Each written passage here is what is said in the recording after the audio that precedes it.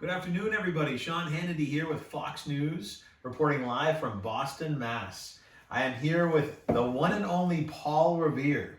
And yes, we have been social distancing.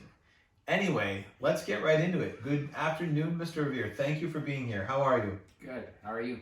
Wonderful, wonderful. So you're here today to answer some questions about your life and tell the American people a little bit about yourself. That's correct. Alrighty then. Well, let's Mr. get Revere, started. can you tell me a little bit about your childhood?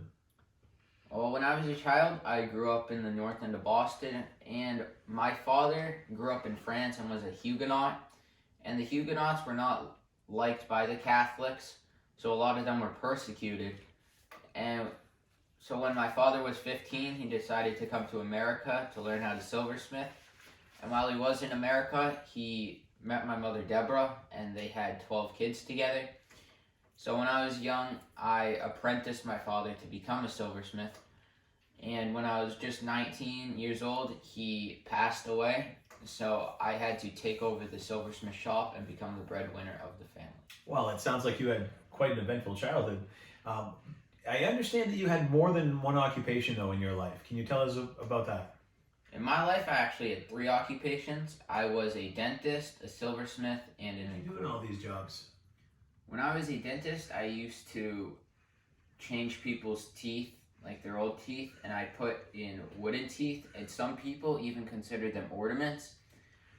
And once I put them in, they felt like you had normal teeth. And I also sold toothpaste.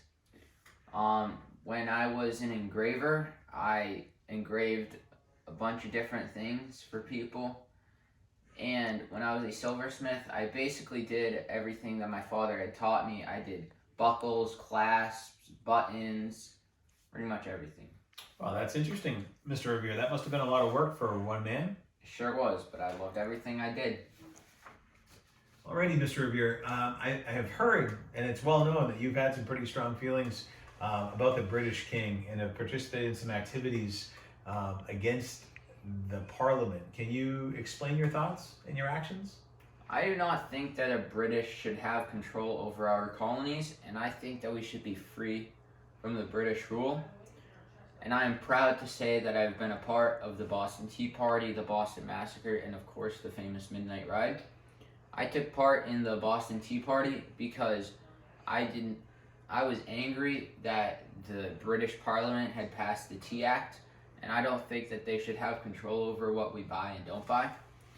I took part in the Boston Massacre because the British shot 5 innocent civilians for no reason, so I publicized it, and my most famous engraving was about the Boston Massacre and was called the Bloody Massacre. And the famous Midnight Ride was to warn Mr. John Hancock and Mr. Samuel Adams that 700 British soldiers were marching up to arrest them.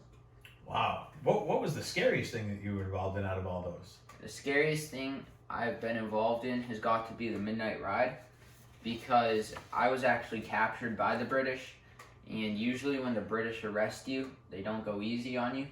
But luckily, when I was arrested, they let me go shortly after. Wow, Mr. Revere, you are a true American. Mr. Revere, very good. Many people have heard that you had partners on this famous Midnight Ride. Is that true? Yes, it is. By my side, I had Mr. William Dawes, who was a loyal military officer, and Mr. Samuel Prescott, who was a high-class surgeon. Wow, and were these men helpful to you in any way? They were, because they actually helped me cover more territory, so we could get to Mr. Hancock and Mr. Adams faster. Wow, very interesting. Had you devised signals or anything like that that you were going to use on your ride?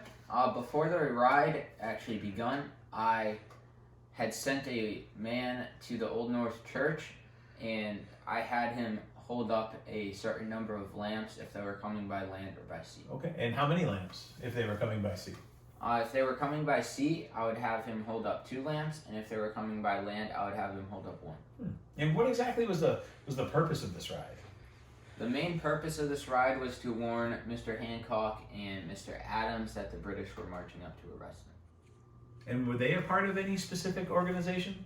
Actually, yes, they were. They were the leaders of the Sons of Liberty, And the Sons of Liberty were a group that was organized by Mr. Adams to help colonies fight for their rights. And Mr. Revere, do you remember the route you took on this famous midnight ride of yours? During the ride, I actually crossed the Charles River by boat, and I borrowed a horse from the deacon of the Old North Church.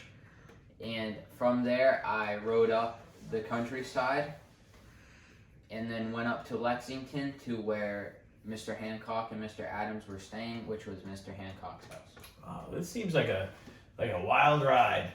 Well, that seems very interesting. You are a brave young man. Can you tell me what did you do after these conflicts? After the war was over, what have you been doing with yourself?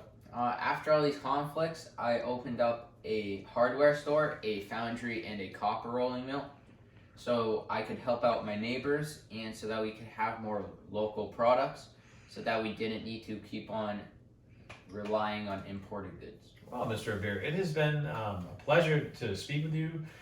Thank you for donating your time and answering some of these questions for the American people.